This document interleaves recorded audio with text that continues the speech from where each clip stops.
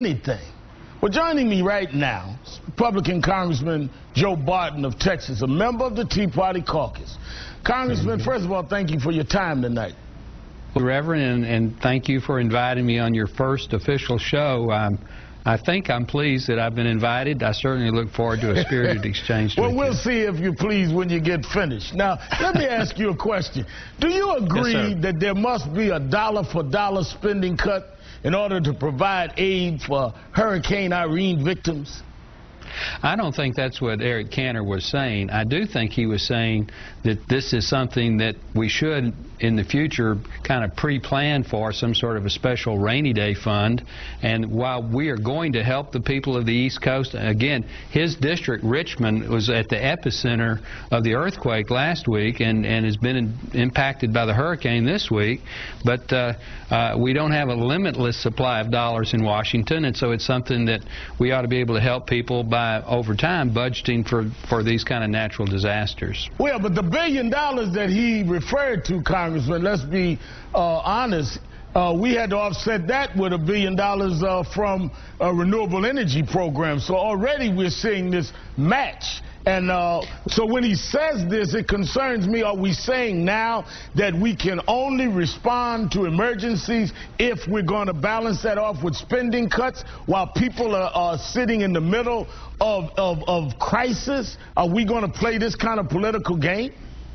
Well, I listened to the tape that you showed your audience, and I didn't hear Eric say some sort of a dollar for dollar. What I did hear him say is this ought to be done in the context of getting these huge trillion-dollar deficits under control so that we have money not only for disaster relief but for all kinds of other worthwhile programs. And if we don't have some accountability on the deficit so over time we can get it down, at some point in the near future, we won't have money for anything. Well, I think that we've definitely got to deal with the deficits. You know that there's a lot of ways to deal with it. We can start by letting the Bush tax cuts expire, but we'll get to that. Let me ask you this. Congressman Lance, who is a fellow Republican of yours from Connecticut, says he disagrees. We must spend the money, whatever's necessary for the emergency.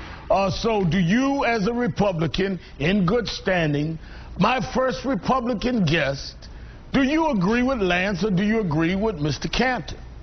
Well, I know that you're a reverend, and my assumption is at some point in time you headed a congregation and you passed the collection plate around, and then you as the reverend for your congregation spent that money in what was best for the congregation. But if there's no money in the plate, the collection plate, you have to make decisions what needs to be paid and what doesn't.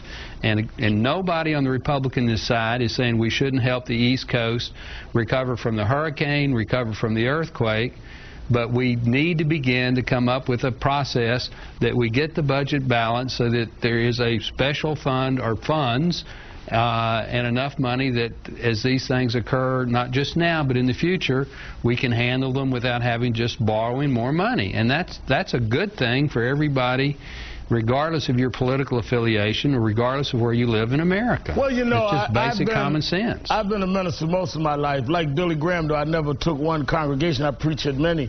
And what I do notice is that you never give a break to the wealthiest in the congregation and make sure that the poorest in the congregation bears the weight. So since you want to use that analogy, I would never do what your party did, let the wealthiest in the congregation go with a break in their donations in the name of they will trickle it down to the guys in the other pews. But let's go to your jobs program. Today, Congressman Barton, after 236 days in office, House Republicans finally released their GOP Jobs Agenda today. And it's heavy on deregulation and cuts, blocking National Labor Relations Board rules, restricting the EPA, cutting taxes by 20% for small businesses. Now, you've got a divided Congress right now, and your party is pushing the balanced budget approach. Tell me how deregulating EPA will lead to jobs. You all ran Tea Party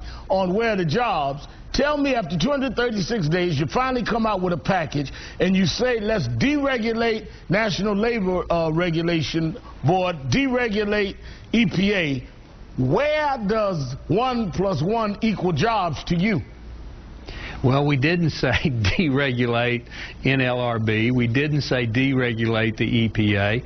We do say, in the case of the NLRB, when the Boeing company moved a production program from Washington State to South Carolina and didn't lay anybody off in Washington State, that the NLRB shouldn't initiate some sort of a punitive job action against Washington State. We do say on the EPA, let's keep the Clean Air Act, let's keep the Safe Water Drinking Act, let's enforce it, but let's don't keep adding on interpretive regulations to those laws that have the consequences.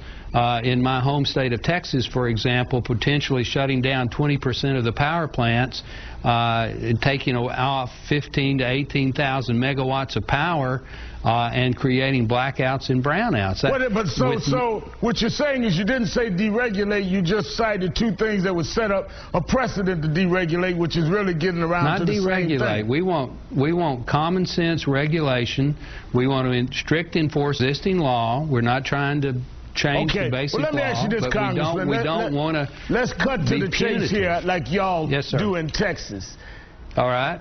Whether you call it common sense regulation or I call it deregulation, where are the jobs in that? Well, a lot of them are in Texas. We've created over half the jobs of the whole country. How do you create jobs with that plan, though? We have a balanced budget amendment to our Constitution. We have no state income tax. We work with industry to enforce the laws that we have, and we work with our partners in Mexico and South America and overseas. And we have a 9.1% unemployment rate, and none of that seems to address that directly. But like I said, I've never been, 7%. Just like I never passed it one congregation, I've never been in Congress, but I feel like I know what filibustering is now. Thank you, Congressman Joe Barton. Why don't you come on down to Texas and do your show down here and let us educate you? I'll come down to Texas and you come on back to my show. In fact, bring all your Tea Party folks and we'll keep talking because we have a lot to discuss. Thank you, Congressman, for your time this evening. Ahead is the Tea